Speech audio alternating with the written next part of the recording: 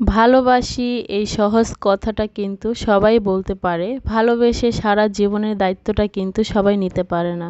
আসসালামু আলাইকুম, সবাই কেমন আছেন? আশা করছি যে যেখানেই আছেন ভালো আছেন। আমিও আলহামদুলিল্লাহ ভালো আছি। তো এই কথাটা কেন বললাম সেটা শেয়ার করব আপনাদের সাথে।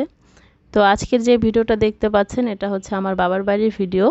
তো আমরা যেহেতু নারায়ণগঞ্জে চলে আসছি, তো নারায়ণগঞ্জের ভিডিও আর বাবার বাড়ির ভিডিও মিলেই কিন্তু আজকের ভিডিওটা বানাইছি। তো আশা করছি আপনাদের কাছে ভালো লাগবে। তো এখন সমাজ, তারপরে হচ্ছে আমাদের জীবন, মানুষের আশেপাশে যেরকম চলছে সেগুলো দেখলে আসলে আর ভালো লাগে না। আর এখনকার মেয়েরা খুবই বোকা, মানুষের ধোকায় ফাঁদে পড়ে তারপরে হচ্ছে নিজের জীবনটা নষ্ট করে ফেলে। আমার চোখের সামনে দেখা আমার আত্মীয় বন্ধু বান্ধবী যেটাই বলেন, তো ওর জীবনটা কিন্তু এভাবেই নষ্ট হয়েছে। আর মেয়েদের উদ্দেশ্য করে আমি একটা কথা বলতে চাই, আপুরা যারা আমার ভিডিও দেখবেন, কোনো বিবাহিত মেয়েকে কোনো পুরুষ কিন্তু মন থেকে ভালোবাসবে না, আর সারা জীবনের দায়িত্বও কিন্তু নেবে না। ওনারা শুধু নিজেদের চাহিদা মেটানোর জন্য আপনাকে ব্যবহার করবে, এছাড়া কিছুই না। স্বামী হচ্ছে জীবনের সব। আপনার সুখ দুঃখ যাই হয় প্রথম স্বামীর কাছেই কিন্তু থাকা উচিত। আর যে মেয়েরা হচ্ছে লোভে পড়ে স্বামীকে রেখে অন্য পুরুষের হাত ধরে চলে যাবেন, তাদের জীবনটা কিন্তু এমনিতেই শেষ হয়ে যায়।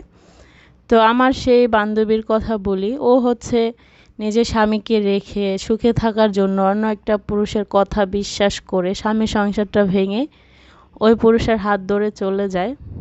কিন্তু সেখানে গিয়ে ও বুঝতে পারছে যে ও কি ভুল করছে, ওর জীবনটা একদম শেষ হয়ে গেছে।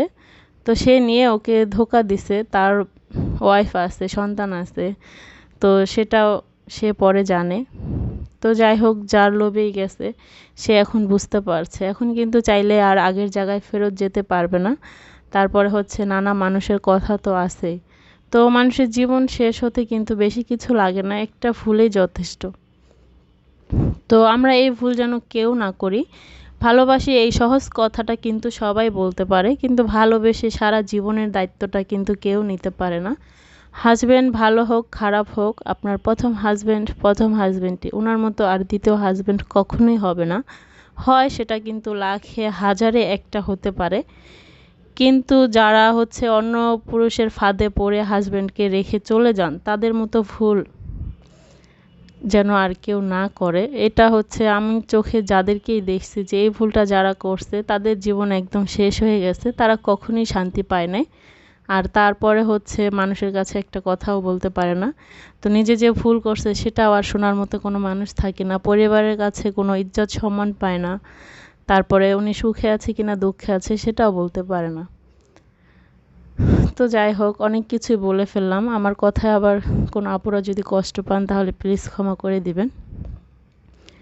তো যাই হোক, বাড়িতে এসে আবার সংসার জীবন শুরু করেছি, রান্নাবান্না তো খাওয়া তো লাগবেই।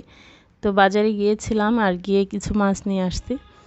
তো এই মাছ দেখে আপনাদের ভাইয়ার পছন্দ হয় না, উনি রাগ করছে যে এত ছোট মাছ এতগুলো কেন নিয়ে আসছো।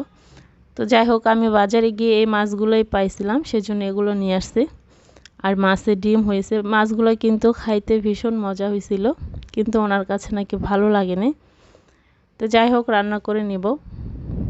বাড়ি থেকে কাঁচা কলা নিয়ে আসছিলাম, তো সেই কাঁচা কলা দিয়ে হচ্ছে এই মাছগুলো রান্না করব। তো আজকের ভিডিও এই পর্যন্তই। সবাই ভালো থাকবেন, সুস্থ থাকবেন। আল্লাহ হাফেজ। আসসালামু আলাইকুম।